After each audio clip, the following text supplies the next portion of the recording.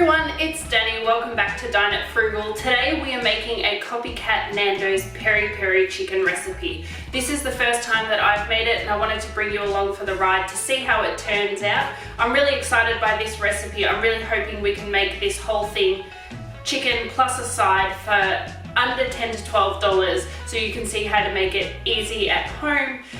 Thanks again for joining me today, where we make quick, easy and budget-friendly recipes that you can easily make at home yourself. Let's get started. We're going to go ahead and start off with making our marinade.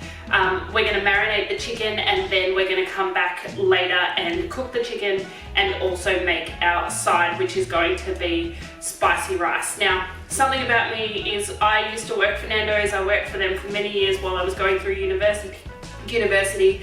And I loved it, but it is a little bit expensive. So being able to have something that's similar that you can make easily at home is a great alternative. So let's go. Okay, so I'm gonna start off by making our marinade and then we're going to marinate our chicken. So one thing that I will say is I found this recipe on a website called cafedelights.com. I'm going to link the original recipe down in the description, but I'm also going to write down the changes that I made based on the ingredients that I had at home, so you can see both of those. So here I have in my little bowl, this is where we're going to make our marinade. So we're going to start off with vegetable oil. And of course, all of the quantities are going to be in the description. I always forget to put all the right quantities. I'll give some and then others, and then you don't get the full picture. So it's easy to just go down there and find them. Perfect. So there we have our vegetable oil. We're then going to add minced garlic, onion powder. We have barbecue sauce. Now I'm using a smoky barbecue sauce because it's a gluten-free one that I could find, but you can just use the regular barbecue sauce. I've got Worcestershire sauce. I've got salt and pepper. I've got some chili flakes. Now the original recipe said to use sriracha. I don't have any sriracha on hand, so I'm just going to use chili flakes. I have lemon juice, and how cute is this? I got this at Aldi the other day where you can, it's got a little lemon squeezer on top and then you squeeze everything into this little pump bottle, so you can spray lemon juice or you can take the little cover off and just pour it in. So that's my lemon juice. This is not sponsored, I just found it really cute and actually very useful. And finally we have our mustard.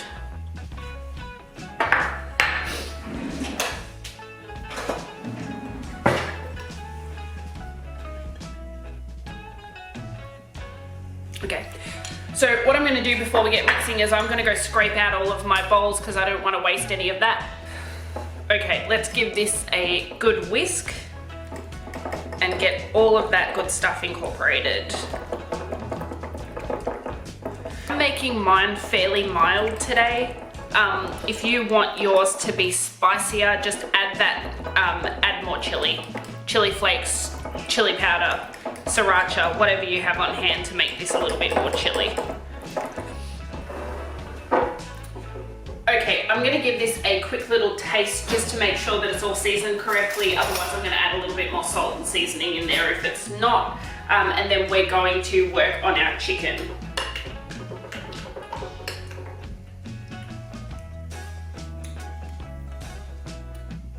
Okay, that seems pretty good to me. What we are going to do now is we're going to take 3/4 of this for our chicken and then we're going to reserve 1/4 of this to baste the chicken when it's in the oven.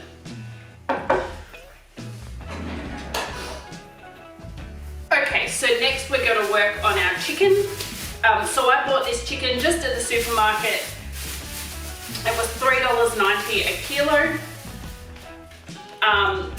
And I've just had it sitting in the fridge overnight since yesterday. So what we're going to do with this first is we're going to open up that package and then we're going to spatchcock our chicken. So basically what that means is we're going to take out the backbone of the chicken so we can lay it flat and then we'll get it into the marinade. So let me bring you closer so you can see how I actually do that and show you how to spatchcock the chicken. And then once we've done that, like I said, we'll get into the marinade. I'm going to use kitchen scissors. These are made for cutting through animal bone or animal skin. So that's what I'm going to use. They're nice and clean, and of course we are going to wash them in the dishwasher once I'm done. So I'm just going to open up this packaging, and I'm also going to have my little bag on hand to contain all of the juice and the packaging.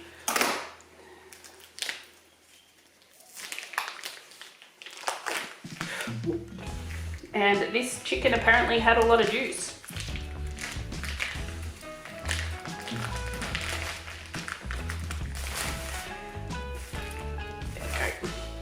Now, I would usually do this over my sink. I'm doing it here today so that I can film it. It's just a little bit easier to contain the mess in the sink, and then you can just bleach your sink once you've done that, whereas I'm gonna have to go through a whole process of cleaning here. Okay, so what I am going to do is I'm going to turn my chicken upside down, and I'm going to cut out the backbone so that I can flatten my chicken. So what I'm going to do is I'm going to grab my shears, and next to this little butt bit, I'm going to go ahead and I'm going to cut down there. And it will probably take a little bit of force, but you'll be okay. And you want to cut all the way through to the hole at the top of the chicken.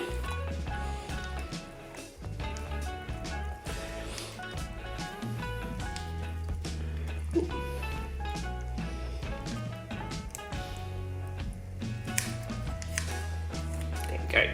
You sort of want to navigate those bones.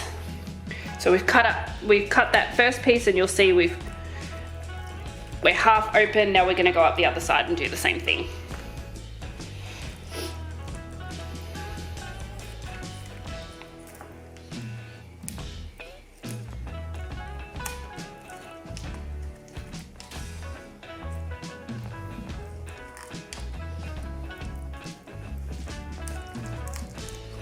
And as you can see, I'm having a much harder time doing this because I'm trying to film it than I would if I was just not trying to film this.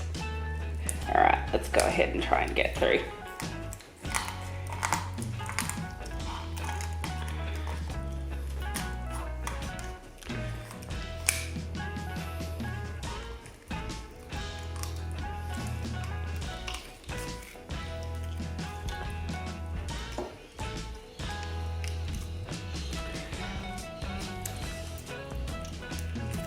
There we go. Okay, perfect. So I'm not actually going to throw this away. I'm going to clean this up and put it in the freezer, and I'll use it for things like stocks and making stock and things like that, chicken stock. I don't want it to go to waste since we can use that to make that stuff. I'm also going to cut out any of the extra fat bits. I don't want those, so I'm just going to cut those out as well. Those ones I won't be keeping, so I'm just going to discard those. There we go, so I've cut all of that out. Let's get this bit out too.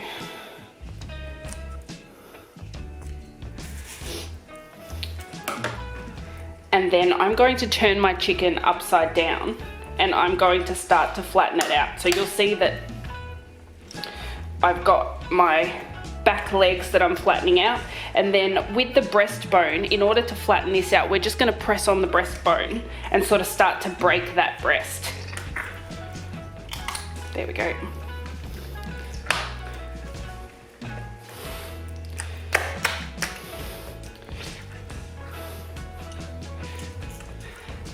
There we are. So that's our chicken all nice and beautifully spatchcocked. And what I'm going to do now is I'm going to go clean everything off. I'm going to pat my chicken dry just with some paper towel, and I'm going to clean up the insides a little bit at the same time, and then we're going to get on to marinating this. Okay, so what I'm doing now is I'm just patting down and drying off my chicken with just some paper towel. I use paper towel so that it's easy to dispose of the mess once I'm done. I want to dry it just to help the marinade stick a little bit better. Okay, so the next thing you want to do is, you can do this in a bowl, you can do this in a marinating pan or dish. I'm going to use a Ziploc bag. Now these are a special type of Ziploc bag where you can remove the air. They have this little valve here so you can remove all the air and make them vacuum sealed. But if you don't have one of these, just use a bowl or a plate or, you know, whatever you have to marinate in. But I'm just going to use this one for today. So the first thing I'm going to do is I'm going to add our chicken.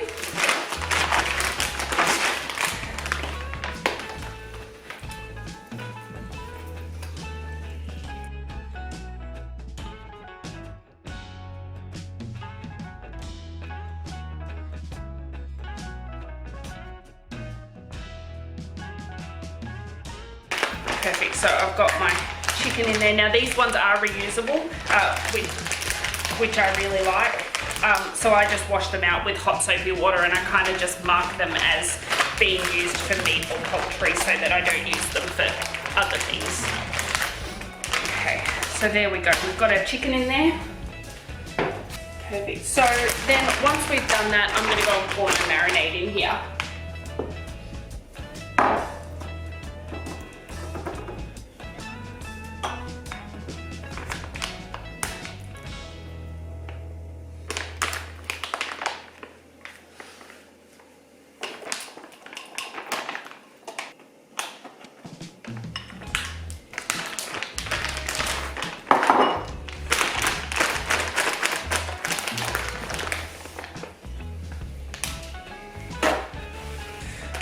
So I'm going to seal my Ziploc bag now that I've added all of the marinade, and I'm just going to go ahead and just coat that chicken beautifully in the marinade inside the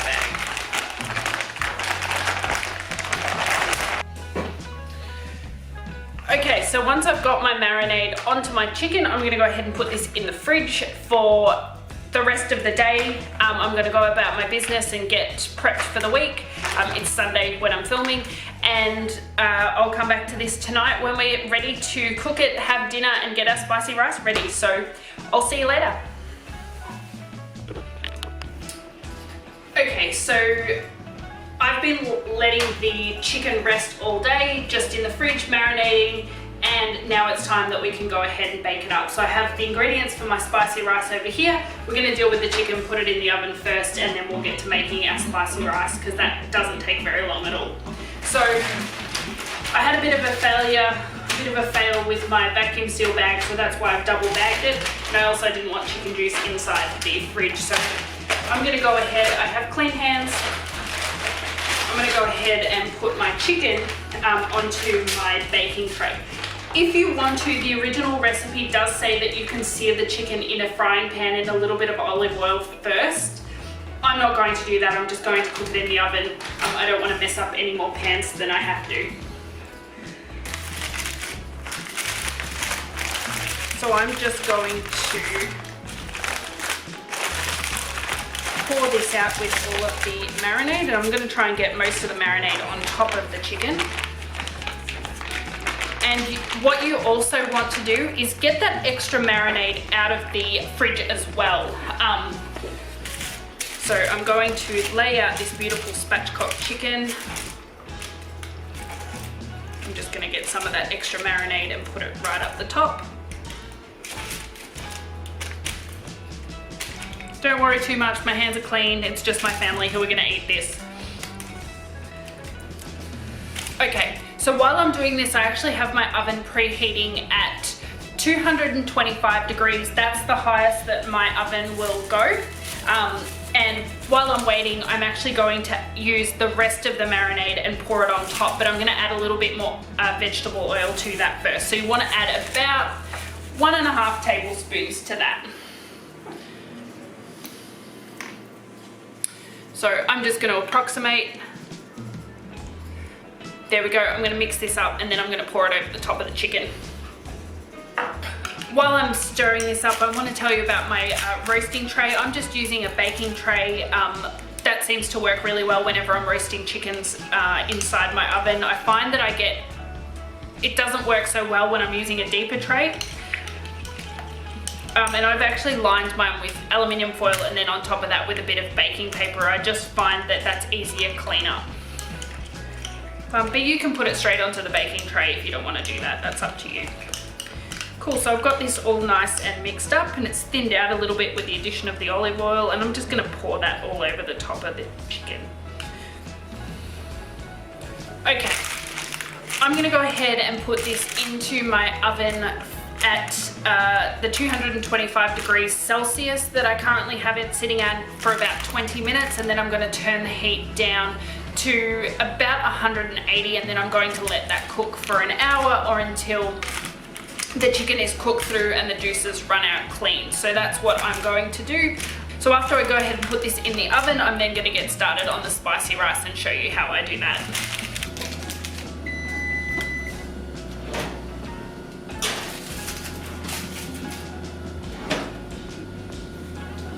Here are all the ingredients that I'm going to use to, sorry, I've got one more. Here are all the ingredients that I'm going to use to make our spicy rice.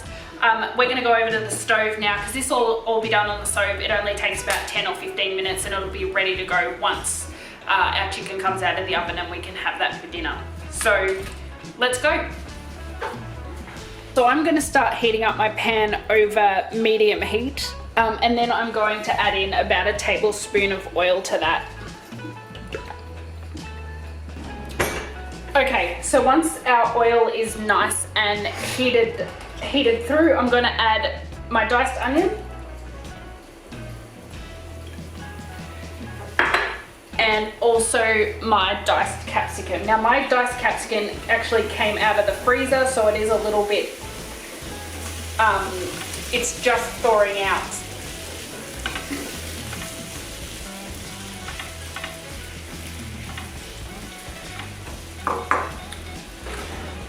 Okay, so what we're going to do is I'm going to put a lid on this and I'm just going to stir it occasionally until the onion is translucent and my capsicum is cooked through. Now it's not going to take very long for my capsicum to cook because I actually, I buy capsicum when it's on sale and then I keep it in the freezer. I chop it into strips or I even put them in whole. I did that the other week because I had one on the shelf that was turning and I just put the whole thing into the freezer and then cut it up, let it thaw for a few minutes and then cut it up, and it was nice and easy to do.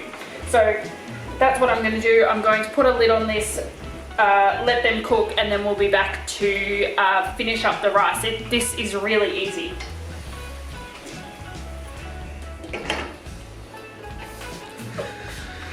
Okay, so our onion and capsicum are cooked.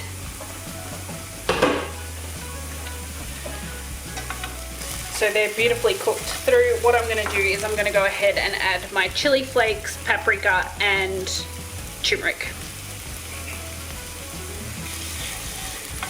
And I just want to cook this through until they're fragrant before we move on with the rest of the recipe.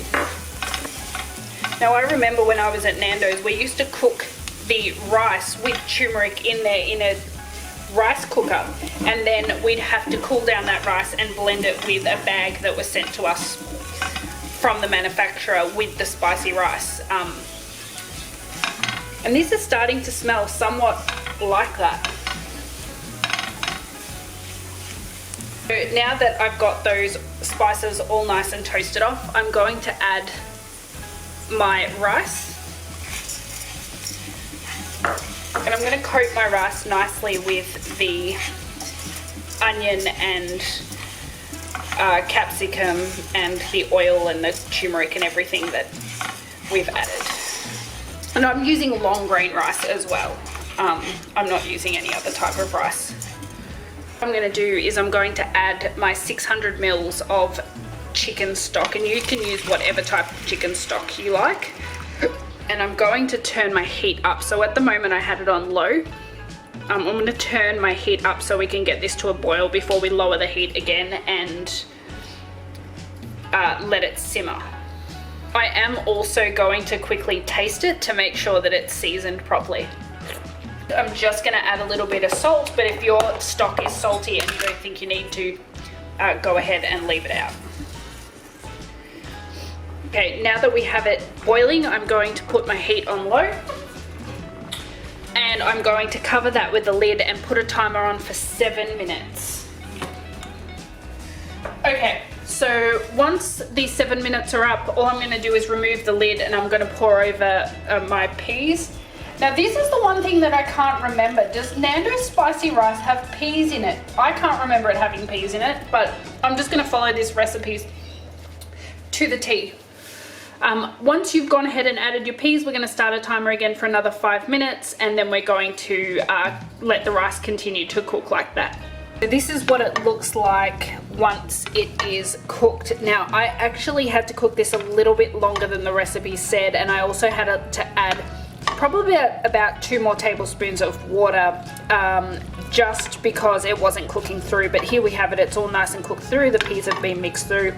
And I'm just going to put the lid on until our chicken is ready and we can carve that to eat. Okay, so here is my chicken out of the oven. It's nice and cooked through, the juices are running clear when I poke through the thigh. So what I'm going to do is I'm going to allow this to rest for about 15 minutes just for the juices to nicely reincorporate, and then I'm going to cut it all up and that's it. We can go ahead and serve.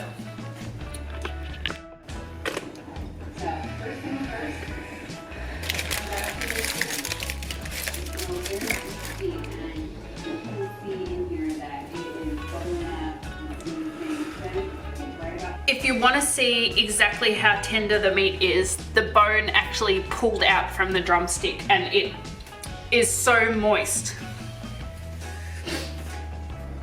Thank you so much for watching until the end. Here we have our beautiful Copycat Nando's full chicken and spicy rice. I'm about to go ahead and serve this up for dinner so that Matt and I can enjoy. It was actually really easy to make. The whole thing cost me about $10 to make. We're going to enjoy this. We're going to have some leftovers that we can enjoy another time. I hope you like this recipe. I hope you make it. Thank you so much for joining me on today's episode of Dine It Frugal, and I'll see you in the next one. Bye.